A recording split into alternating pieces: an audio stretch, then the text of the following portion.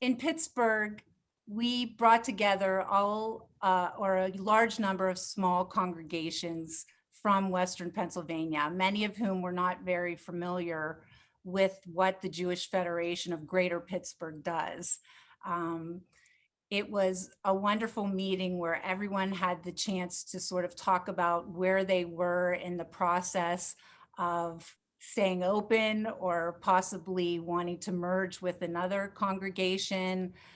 Some of them couldn't get a minyan, so they wanted to talk about what they were going to do in the future. So we were able to match these congregations up with a lot of the different resources throughout the city. And I think that's the role that is crucial for the Jewish Federation, is we know what resources are out there.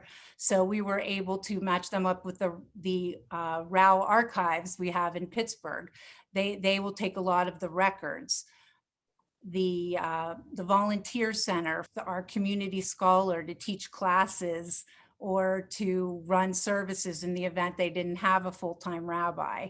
And one of the big things that I was able to do as part of the Jewish Community Foundation was to help them manage the various funds they might have at the synagogue, which might include prayer book funds, building funds, cemetery funds, and we would be able to have them invest those funds with us. They would have complete control over the funds, and we would make the distributions, write the checks for them, invest the money if they were in a position to have the money invested.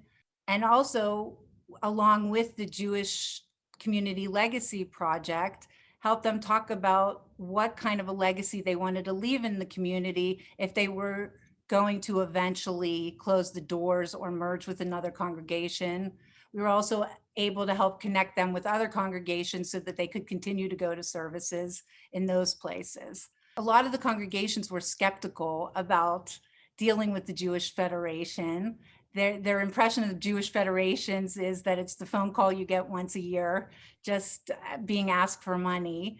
And they didn't realize that we really could be a resource for them. Some of the communities leave a legacy by supporting local institutions in their particular areas.